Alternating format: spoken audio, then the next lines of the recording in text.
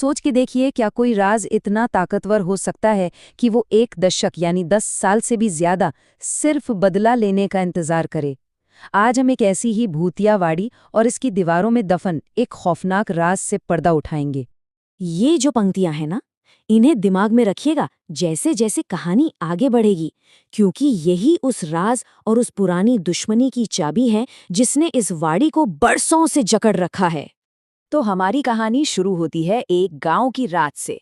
वैसे तो बड़ी साधारण सी रात लग रही है, पर शायद उतनी साधारण है नहीं। एक नशे में धुत आदमी, जिसे लग रहा है कि कोई मच्छर उसे परेशान कर रहा है।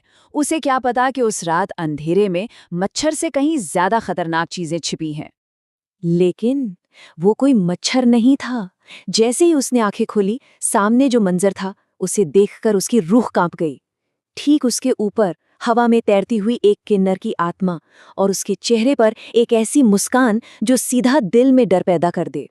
डर ने उसे ऐसे जकड़ा कि उसका शरीर पत्थर का हो गया। वो हिल भी नहीं पा रहा था। और फिर बस एक पल में उसकी आंखें काली पड़ जाती हैं, उनसे खून के आंसू बहने लगते हैं, और बस वहीं उसकी मौत हो जाती है। ये उस आत्मा की ताकत का सिर्फ पहला नमूना था, आखिरी बिल्कुल नहीं। हर भूत की कहानी की एक जड़ होती है ना? हमारी कहानी की जड़ शुरू होती है सागर से, शहर का एक रियल एस्टेट ब्रोकर जिसे बिल्कुल भी अंदाजा नहीं है कि वो किस मुसीबत में कदम रखने जा रहा है। उसका काम उसी भूतिया हवेली वाड़ी को बेचना। अब एक लोकल चाय की दुकान पर यह डर पर्सनल हो जाता है। सागर को पता चलता है कि जो पहला शिकार था वो उसके दोस्त संजू का पिता था। अब अचानक ये सिर्फ एक प्रॉपर्टी डील नहीं रह जाती, ये एक ऐसा राज बन जाता है जिसे सुलझाना जरूरी हो गया है। हर भूत का एक नाम होता है। इस भूत का नाम है छमछमी, एक किन्नर डांसर, जिसकी जिंदगी आज से ठीक 12 साल पहले वसंत पंचमी के दिन उसी वाड़ी की दीवारों के बीच एक रहस्य बनकर रह गई थी। चलिए इस श्राप की टाइमलाइन को थोड़ा समझते हैं। 12 साल पहले छमछमी की मौत हुई और ठीक उसी रात राजा फांसी पर लटके हुए मिले। तब से हर साल उसकी आत्मा बदला लेने के लिए भटकती है। और आज सागर अनजाने में ही सही इस पूरे डेडली साइकिल के बिल्कुल सेंटर में आ पहुंचा है। और जब लगता है कि चीजें इससे ज्यादा अजीब नहीं हो सकती, तभी एंट्री होती है सागर की गर्लफ्रेंड दिव्या की, एकदम सरप्राइज विजिट। लेकिन क्या ये सच में दिव्या है? उसका अजीब सा बर्ताव इस पहले से ही उलझी हुई कहानी में कई नए सवाल खड़े कर देता है। अब फोकस करते हैं उन लोगों पर जिनके पास इस 12 साल पुराने राज की चाबी है। वाड़ी के अब के मालिक कुंवर और उसकी माँ रमावती। ये दोनों जानते हैं उस रात का सच जिसने इस श्राप को जन्म दिया था। तो राजा का भतीजा कुंवर और उसकी बहन रमावती वाड़ी को बेचने के लिए बिल्कुल मरे जा रहे हैं। सागर को काम पर भी इन्होंने ही रखा है, पर ये लोग एक बहुत बड़ा, एक बहुत भयानक राज छिपा रहे हैं। छमछमी और राजा की मौत की रात का सच। तो आखिर उस रात हुआ क्या था? ये कहानी है लालच की। राजा ने छमछमी को एक सोने का हार तोहफे में दिया। ये देखकर रमावती और कुंवर को डर लगा कि कहीं सारी जायदाद उनके हाथ से ना निकल जाए, तो उन्होंने उसे रास्ते से हटाने का प्लान बनाया।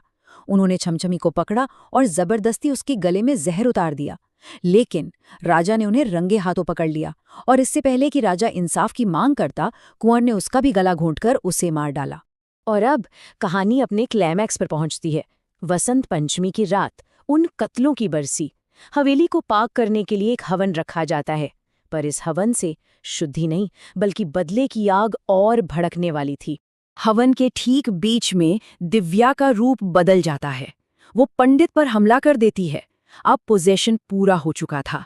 छमछमी की आत्मा अब अपनी असली पहचान जाहिर करने के लिए तैयार थी। एक ऐसी आवाज में जो उसकी थी ही नहीं, वो चीखती है, मैं इस दिन का 12 सालों से इंतजार कर रही थी, प्रकट होने के लिए। मुझे सच्चे प्यार की जरूरत थी, जैसा प्यार मुझे मेरे भाई से मिला था, और आज मुझे वो इस इंसान में मिला। और इसके साथ ही बदला पूरा होता है। जैसा किया वैसा भरा। छमछमी को जहर दिया गया था, अब उसके कातिलों की आंखों से खून बह रहा है। राजा का गला घोटा गया था, अब वही अंजाम उनका हो रहा है। एक अलौकिक ताकत उन्हें दीवार से चिपकाकर उनका गला घोट रही है। इसे कहते हैं पोएटिक जस्टिस, बिल्कुल भयानक अंदाज में। अपना बदला पूरा करते ही वो आत्मा गायब हो जाती है और दिव्या का शरीर, जो अब बस एक खाली जिस्म था, बेहोश होकर जमीन पर गिर जाता है। इंसाफ हो चुका था। लेकिन कहानी अभी खत्म नहीं हुई है। अभी भी एक आखिरी राज खुलना बाकी है, और उस आत्मा की आखिरी विदाई भी। 3 दिन बाद एक बस स्टॉप पर वही औरत जिसे सागर अब तक दिव्या समझ रहा था, आखिरी बार उससे मिलने आती है। वो उसे उसका खोया हुआ फोन लौटाती है और उस फोन के साथ एक ऐसा सच जिसे वो कभी भुला नहीं पाएगा। सागर अपना फोन अनलॉक करता है और उसके पैरों तले जमीन खिसक जाती है। फोन भरा पड़ा है मिस्ड कॉल्स और मैसेजेस से, सारे के सारे असली दिव्या के। और हर मैसेज में बस एक ही सवाल, तुम कहाँ हो?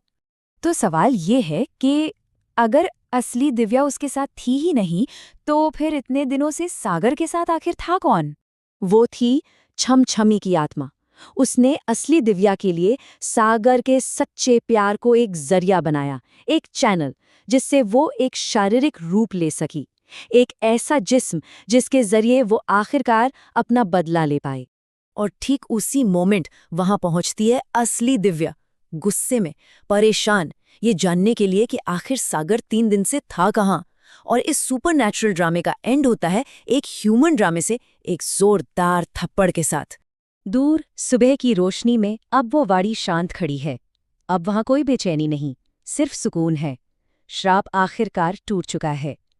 लेकिन सोचने वाली बात यह है कि हिंसा से मिला इंसाफ क्या सच में शांति लाता है?